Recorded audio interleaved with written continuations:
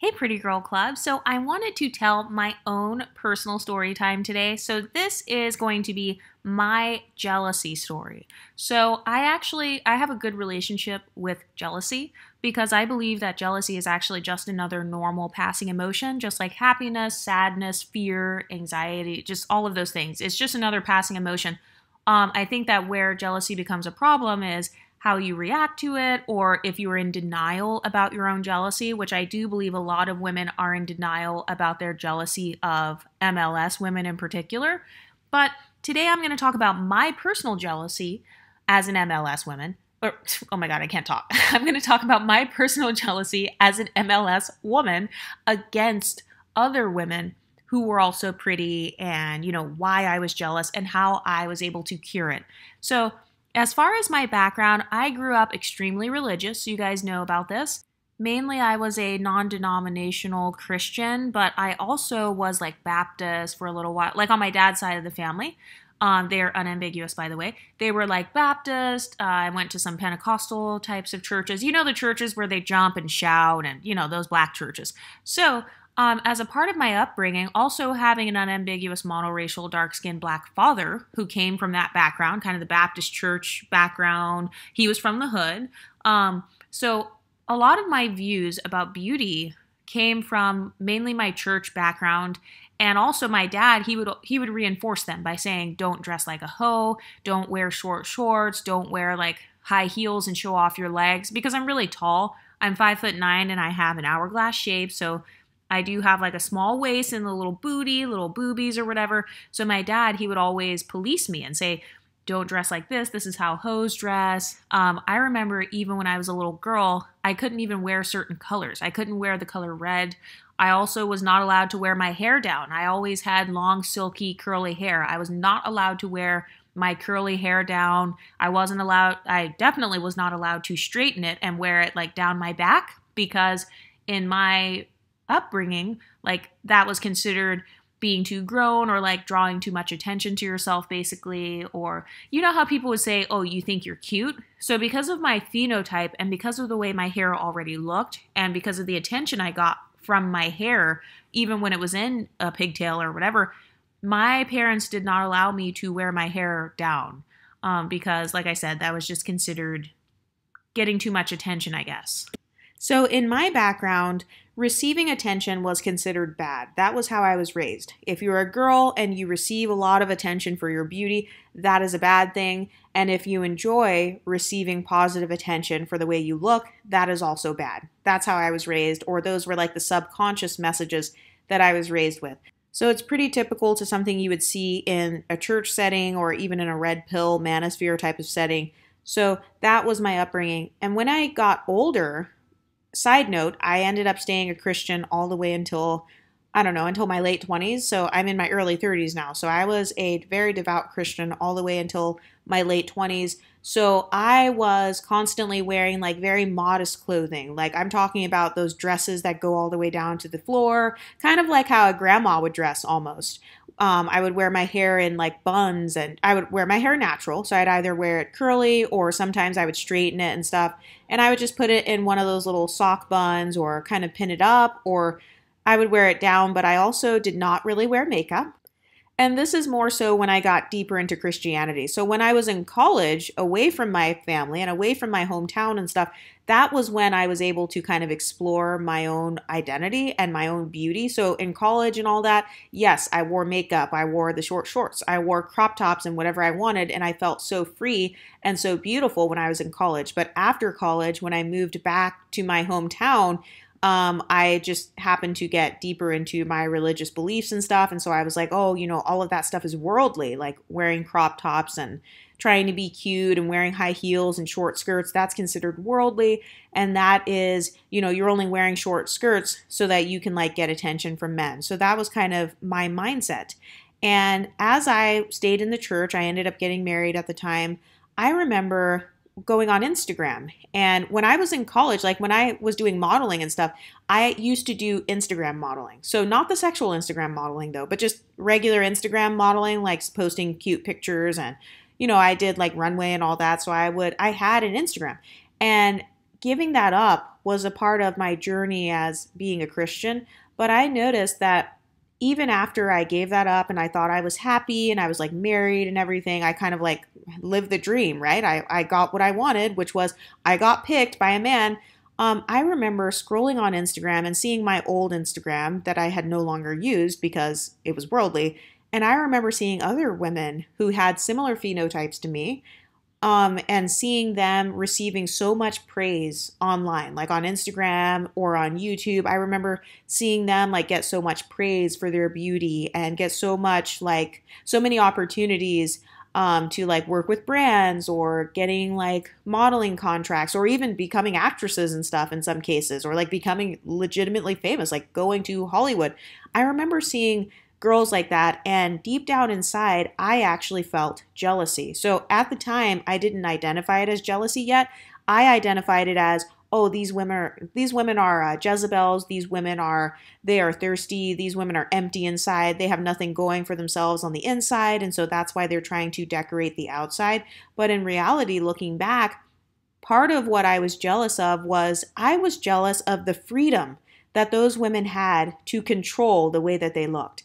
I was jealous of the fact that other women out there in the world, they could wear whatever they wanted. They didn't have to think about, what does my husband think of what I'm wearing? What does my family think of what I'm wearing? What does my coworker or, my schoolmates, what do they all think of my clothes? What do they think of my hair and my makeup and my plastic surgery and my boob job and my everything, my skin tone, my lips, my lip fillers, whatever it is that the girls had online that was quote unquote fake. So I remember seeing those things, and deep down inside, I was triggered by the fact that those other women, they were so confident in themselves to the point where they had no problem drastically changing themselves on a daily basis. They could wear black lipstick and dress like a goth one day and nobody cared, and they could just live their best lives. Meanwhile, I could not dress like a goth. I always wanted to when I was growing up. I always wanted to be able to wear black lipstick and dark makeup, kind of like Rihanna or like Fifi Dobson. I always wanted to have that look because I felt like it would look so good on me.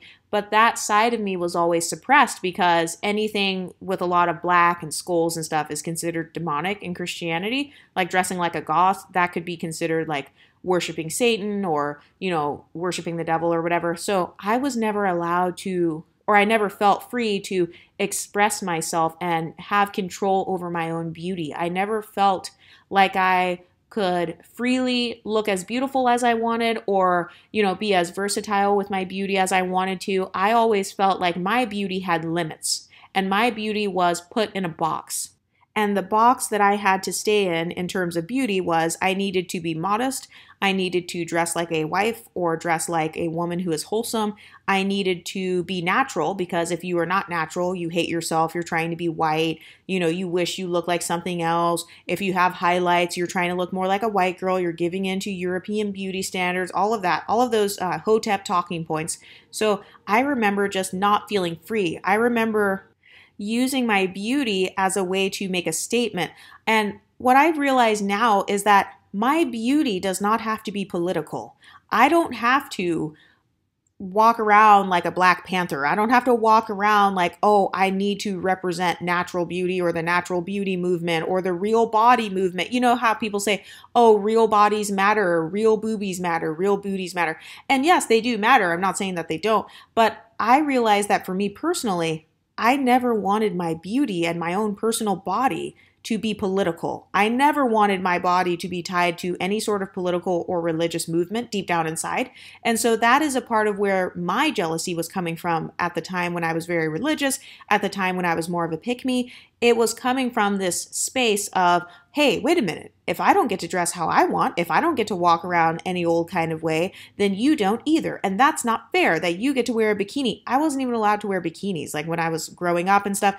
And then as I became a young adult, I still didn't wear bikinis because I was a devout Christian. So I believed in modesty. So I would wear like a one piece, the grandma looking one piece swimsuits with like the little sarong over it and stuff. So that's how I used to dress all the time. But deep down inside, I didn't want my body to always be a political statement, or because people would say your body is the temple of the Holy Spirit, your body is a vessel of God. So I literally felt like, okay, whatever I'm wearing, I'm like representing God. So like, would God have his boobies out? I don't know. Would the Holy Spirit or whatever have its boobs out or have its cheeks out in the summertime? No. So I felt this guilt about wanting to express myself however I wanted to. And so I was suppressing my creativity. I was actually suppressing the expression of my beauty. So if you are the type of woman who, if you like your natural beauty and you never want to change anything whatsoever, this video is actually not even geared towards you. So I'm not sure why you're watching this. But this video is more so for the women who are, maybe you have felt suppressed in the past, or maybe people have tried to guilt trip you and you internalized other people's opinions about your beauty, and you don't realize that on a subconscious level, the way you look, other people actually decided how you should look. Because other people are the ones who told you, you can't wear red lipstick. That's what whores wear. Why are you wearing what a whore would wear? You look like a video vixen right now. Why are you trying to look like a hoe? Who are you trying to look like? You know how people, they want to guilt you. So they'll say, who are you trying to look like? Basically, if you're beautiful, there's no way you can be beautiful and be sexy and look like yourself. You have to be trying to look like someone else. So that's really a gaslighting term. Who are you trying to look like? Why did you get blonde highlights? Who are you trying to look like? When they're asking that, they're trying to imply you're trying to look white, or you're trying to look like somebody who naturally looks like how you look when you're fake. So they're trying to subconsciously make you feel guilty for wearing the highlights or wearing the red lipstick or doing whatever it is that you want to do to your beauty. They're trying to guilt you because on a subconscious level, they themselves have been suppressed. Their beauty has been controlled. Their body has been controlled. Have you ever noticed how a lot of people actually see beauty as a threat? When you are in control of your own looks, and when you get to personally curate your own style, your own makeup look, your own whatever it is, your teeth, get your teeth done, I don't know, get whatever plastic surgeries you want, lip fillers, Botox, whatever. I've noticed that when you start to go outside of the norm, aka you no longer look average, you now look above average. Now you don't look like every other girl in Walmart. Now you look like somebody else. I've noticed that starts to make people feel threatened because your beauty actually causes others to question their own beauty. And I know this because I've been on both sides. I've been the one who was suppressing my beauty. Then when I saw other girls who embraced their beauty and they could wear blue hair and, clip-ins and red lipstick and have their nails done, and they could wear short shorts and just enjoy their lives. I remember seeing women who were like 200 pounds, 300 pounds, like obese women, walking around with no bras, wearing like crop tops and shorts and just having more confidence than me. And that's because those women, they just didn't care. They were not internalizing other people's opinions of their body. They still allowed themselves to be free. Deep down inside, I wanted the freedom to express my beauty however I see fit. So whether it's natural beauty one day and sexy the next day, whether it's goth one day and then tomboy the next day, and then basic, just hair pulled up with sweats on, no makeup or whatever, I wanted the freedom to choose. And I felt like because of my background and because I was subconsciously so influenced by everyone around me, deep down inside, I didn't feel like I chose the type of beauty I wanted. I felt like deep down the type of beauty I had was the beauty that others imposed upon me. So other people told me, oh, well, you look naturally pretty, or you don't need makeup. You don't need a weave. Your hair is already long. Why do you need highlights? Oh, why do you need to have blonde hair? Why do you need to have red hair? Why do you need to have blue hair? That's weird. Who does pink hair? Who does blue hair? Like, who would want purple highlights? You don't need any of that. All of that is just extra. Oh, that's a waste of money. You don't have to wear designer clothes. You don't need to wear high heels. That's a waste. There are so many better ways to spend your money. Those were all opinions that I heard from other people that caused me to internalize a beauty standard that wasn't actually my own. So I've noticed that sometimes when women get jealous of your beauty, it's because they're actually jealous of your confidence. They're jealous that you are confident enough and bold enough to create a beauty standard for yourself and to actually put your money where your mouth is and go for it and actually go for that beauty standard. So I've noticed this when it comes to weight loss. A lot of women who lose a significant amount of weight, their fat friends or their friends who are insecure about their own bodies, they start talking shit or they start not wanting to be your friend because they are mad at the fact that you decided, wait a minute, no, this is not my beauty standard for myself. I'm not one of those big girls that's just going to embrace being big and just whatever, just let my stomach hang out however. No, I'm creating a new beauty standard for myself, effective immediately, and now I'm going to actually go after it, and I'm going to actually become my beauty standard. And I've noticed that another thing that I used to get jealous of was other women's ability to simply change their beauty. Like, I've noticed that with other women that I used to get triggered by, they could dye their hair one color or wear a wig or whatever extensions one day, and then they could decide within a couple days, actually, I don't really want my hair to be red. I think I want to go blue. And then they would just wear their hair blue the next day. And nobody would, like, they didn't care. They would still have pretty privilege. They would still be just as confident. And now I realize that their confidence, it was coming from the fact that they were powerful enough to change it up like that. And they didn't care what people thought about their hair. They didn't care if it was fake. They didn't care if their beauty was fake. Or same thing with women who would just wear no makeup at all. Same thing. They didn't care that they had on no makeup. They didn't care what other people would think. Like, oh, why didn't you dress up more? Why are you wearing sweats? So for me, I used to get triggered by women's confidence. That's really what it was about. It was about the women who were confident enough to switch up their beauty and not care about the type of shit that women would talk. And so the reason that I used to make fun of plastic surgeries is because I always felt like if I can't get it, like I'm never going to be able to get plastic surgery because I'm too embarrassed, is how I felt deep down inside. I'm too embarrassed to actually look the way that I want to look or to, get liposuction or whatever it is, get whatever plastic surgery. I'm too embarrassed, and plus I can't afford it anyway. And so my coping mechanism is I'm going to shame women who can afford to purchase liposuction or whatever surgeries they want, and I'm going to also embarrass them because they were confident enough to literally walk into the room looking like a totally different person, and they just don't give a fuck. That's how much they don't give a fuck. They literally walked out of there with a whole new body, a whole new skin tone, a whole new nose, entirely new teeth, a whole new face, different lips, different hair, everything, to where you don't recognize them. Do you know how much balls it takes to change up your whole entire face, or to change up your whole entire body to where your own family members and your own friends don't even recognize you? Do you know how much boldness that takes? So yes, I used to get triggered when I was younger and when I was very religious. I would get triggered at, for example, celebrities when they would just get a new nose and then they would get all this praise like, oh, they're so pretty. Oh, they look so cute. Like, I would get triggered because I would be like, wait, that's not fair. All she did was she just went and purchased a new nose and now she's gaining all of this pretty privilege.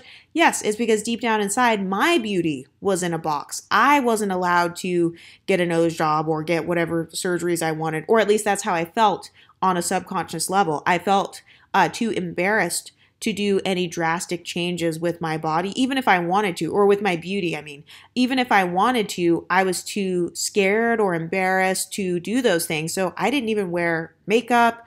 When I was around church people, I didn't really wear like extensions and wigs for sure, because I knew people would instantly start asking me about it or maybe even making fun of it. So it was almost like a fear of being disliked. It was a fear of people not liking my beauty. It was a fear of rejection. I was afraid of other people rejecting my new beauty.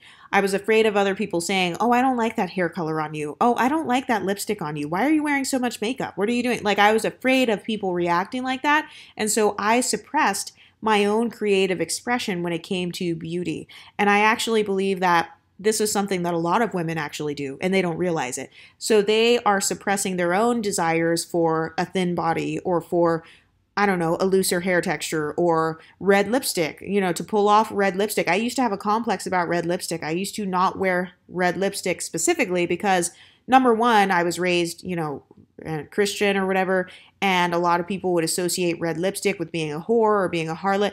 And then number two, I also felt like red lipstick was like drawing too much attention to myself. Like, it's too much of a flex or whatever. Like, you're trying to be seductive. Like, why are you trying to have on red lipstick? Oh, you're really trying to wear makeup. You're really trying to get a guy's attention. So I used to be afraid of people calling me out or people calling out the fact that I changed myself or I changed something about myself, the red lips. and I was doing it to get attention, because technically you are doing it to get attention or to build up your own self-esteem. But what I realize now is that there's nothing wrong with either of those things. There's nothing wrong with getting attention for your beauty, getting positive attention and validation for your beauty. Nothing wrong with that. And there's also nothing wrong with wanting to look a certain way for yourself, because that is your beauty standard you set for yourself. So if you want to have a big butt, getting a big butt or doing squats or whatever, or if you want to have bigger boobs and wear a push-up bra, or if you want to show cleavage, or if you want to have flat boobs, smaller boobs, then it's your right to do that because it's your body. But that is kind of my background and my experience with jealousy, and that is also kind of my general analysis of women who tend to be jealous of other women, especially when it comes to looks and beauty. Usually it's that woman wishes that she looked like you specifically, or she wishes that she had that feature. So for example, people who make fun of your weight loss, oftentimes these are people who wish that they had the body that they wanted, but they don't have the body that they want. And so they get mad and jealous and triggered witnessing somebody else going after the body that they want.